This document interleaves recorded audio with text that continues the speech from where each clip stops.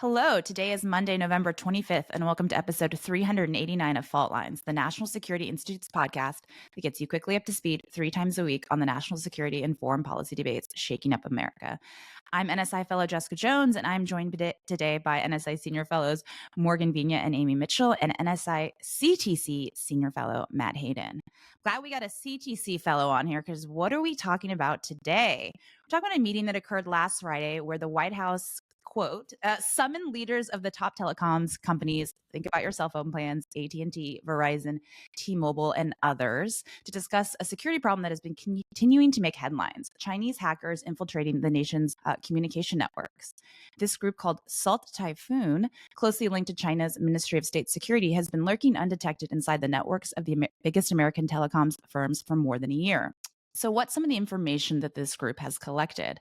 Nearly a complete list of phone numbers the Justice Department monitors in its lawful intercept system. While officials do not believe that the Chinese have listened to these calls, hackers were likely able to combine phone numbers with other information to be able to figure out who's being surveyed. This is important because they're able to uncover kind of who the U.S. has identified as Chinese spies potentially and who they haven't. Officials also believe the hack has gone beyond phone companies to internet service providers, potentially allowing the Chinese to read some email. And of course, Faultline has talked about Chinese hacking of campaign officials, including President-elect Donald J. Trump and Vice President-elect J.D. Vance. And the FBI and other officials conclude that Salt Typhoon hackers were so deep in the system, they could actually listen to some of the conversations and read some unencrypted text messages. The hack was so severe that President Biden took it up directly with President Xi of China when they met in Peru last weekend. Okay, so let's dig in. I'm going to turn to you first, Morgan. What do you make of this? Who's to blame? We've got telecom companies coming to the White House. What does that mean? Is it their fault? Is it regulators? Is it our U.S. intel agencies? Give us some insight. Sure. So first off, thank goodness we have a CTC fellow here because Yeah, what Matt. else? What are we, plebs? Jeez. Amy, I don't know about you, but I'm personally offended by that. That was my goal this morning. Just piss off the ladies. Yeah, I don't. Yeah, I hear you on AT&T and Verizon, but I don't know who uses T-Mobile. So let's be honest. But seriously, Jess, no, a really great topic. I think this really highlights the need for the United States to take a harder look at its critical infrastructure.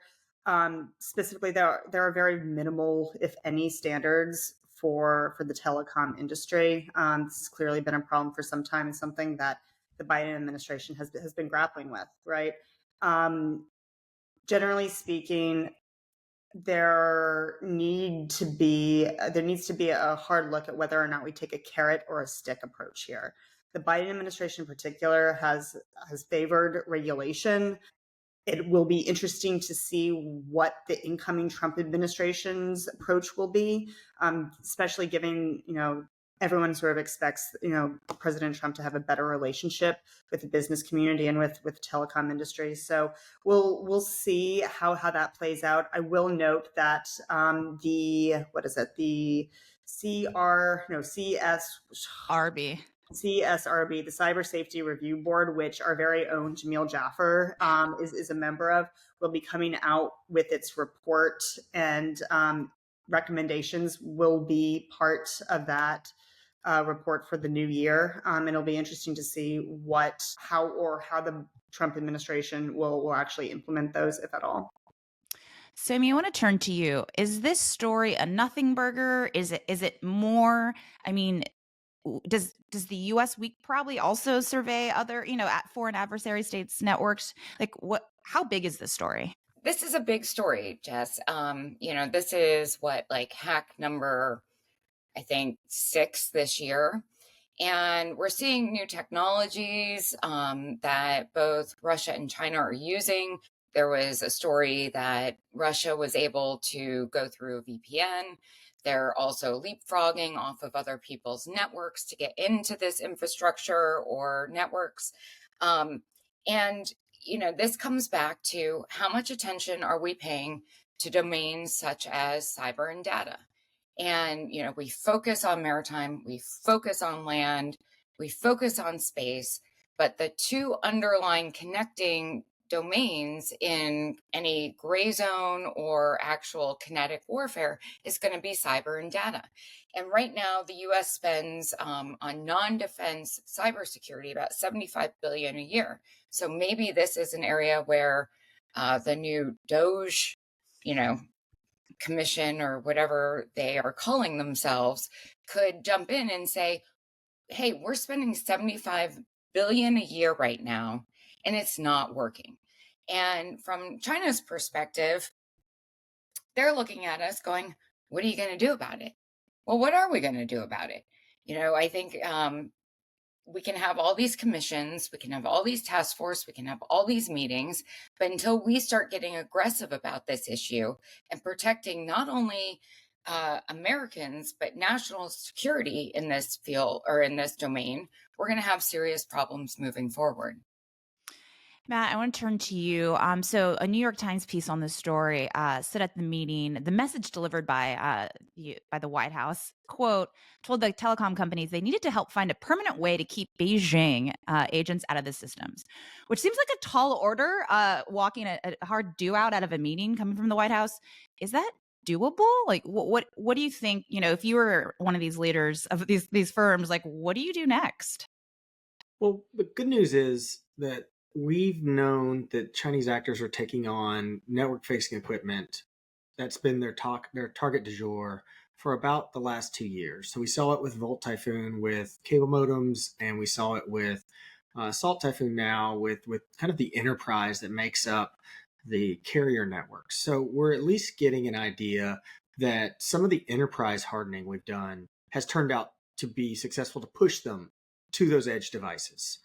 So that's the new battleground space. Now, sadly, it just means we're getting new battleground space. And as it goes down to that device in your pocket, it gets more challenging because it gets more dispersed. It gets harder to do at scale. So to turn to cell phone companies and say, fix it without a guiding rod of what it is a little bit tough. I think that there is going to be a future challenge in which you need to add resistance to this that isn't necessarily all cyber hardening. You have to have kind of the diplomatic pushback that we heard from Amy and others is that, if you don't have a coordinated playbook for an escalating competitor, rival, threat, national security adversary, then you're not compounding that diplomatic force necessary to make people think twice about expending the extreme amount of resources, research and development, and candidly work hours that were put into Salt Typhoon. This isn't something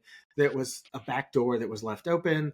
This is a series of combined zero-day vulnerabilities, along with custom malware, along with, you also can't look. You named off a lot of telco operators. They're not the same.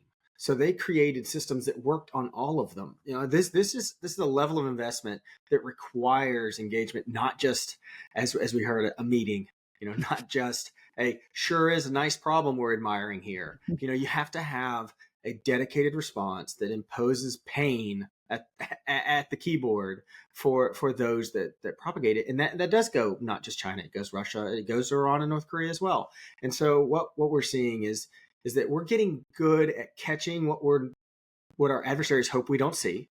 So we're getting better at finding it, albeit, it's not good to hear. It's been months, if not a year, that this has been going on. But as we get better at these techniques, as we get better at that landscape, and as a new administration comes in and starts to pull those levers to kind of maximum pressure is a good way to put it. I think we have the hope moving forward that will be a little bit more of a feeling out period than this aggression we're seeing right now. So that's a positive outlook as we move towards January, is that there may be a resetting of how the U.S. looks at hardening and how the U.S. looks at its diplomatic relationships with those that keep taking pot shots at critical infrastructure with advanced tools. I'd like to point out I requested specifically that Matt end on a positive note. So that was the most positive message we could possibly have gotten on this topic. I don't know if that's a good or bad thing, by the way. That's a wrap. Thanks so much to Kelly Crowley, Claude Jennings, and the NSI team for their help in producing today's episode. we are in fact taking a break for Thanksgiving, so you won't hear from us until a week, so next Monday. But please enjoy all the turkey and sides that you have while we're not there, when you're not listening to us. But do tune in. You can catch us on YouTube. Check out our channel there for today, a video of today's episode. And if you like what you heard, of course, be sure to rate, review, and subscribe. And again, have a great Thanksgiving.